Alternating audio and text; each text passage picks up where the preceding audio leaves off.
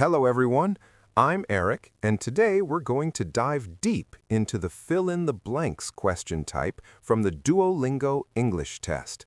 This type of question gives you 20 seconds to complete incomplete words. While it may seem simple, it actually tests your comprehensive English abilities. Let's master the solving techniques through today's 5 practice questions. First question. The key to this question lies in identifying the root sketch.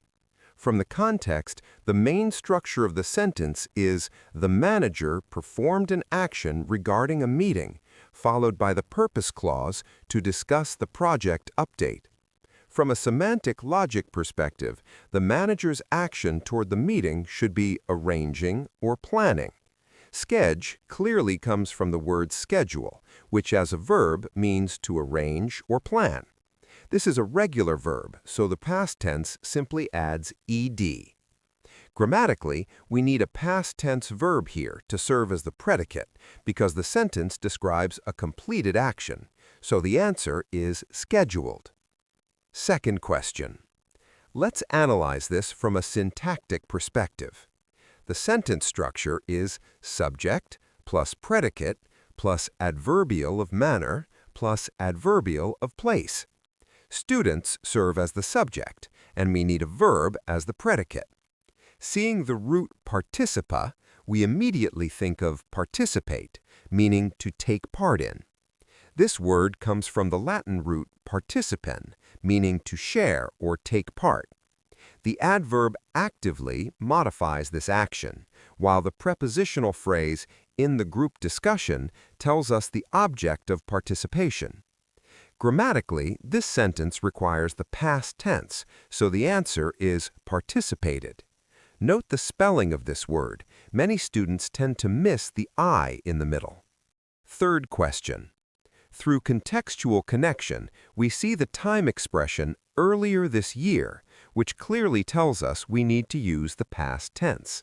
The subject is the company, the object is a new product, and we need a transitive verb in between. The stem launch brings to mind launch, which as a verb means to introduce or release, especially commonly used for products, projects, or events.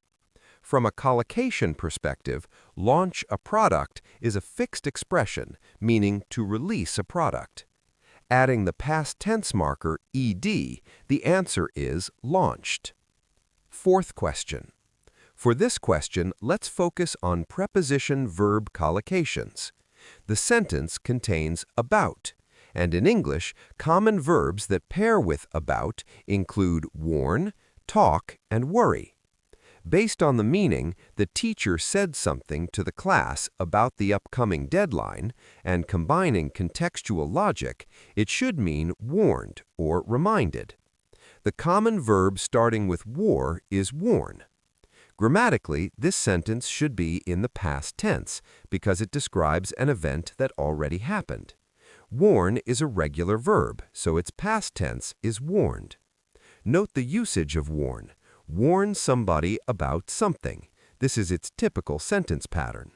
For the final question, let's use a comprehensive approach. First, look at the conjunction despite, which indicates contrast, introducing the difficult condition of limited time. In this contrasting relationship, the first half should express a positive result. The root comp brings to mind complete, meaning to finish, which comes from the Latin completus. The prefix com means completely, and the root plet means to fill.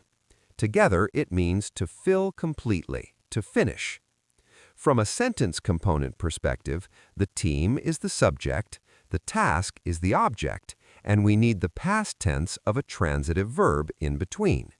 Complete as a regular verb becomes completed in the past tense.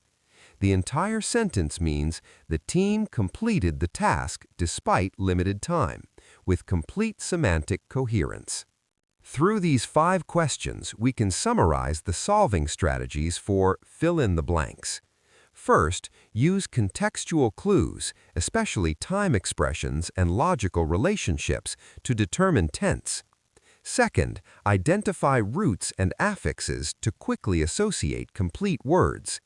Third, analyze syntactic structure, deducing answers based on the parts of speech of adjacent words and fixed collocations. Remember, this type of question not only tests your vocabulary, but more importantly, tests your understanding of English sentence structure and semantic logic. Want more practice and guidance for the Duolingo English test? Visit DETpractice.com now and claim your free 3-day VIP membership to unlock a massive collection of authentic questions and professional explanations. Let's conquer the Duolingo test together and achieve your English learning goals.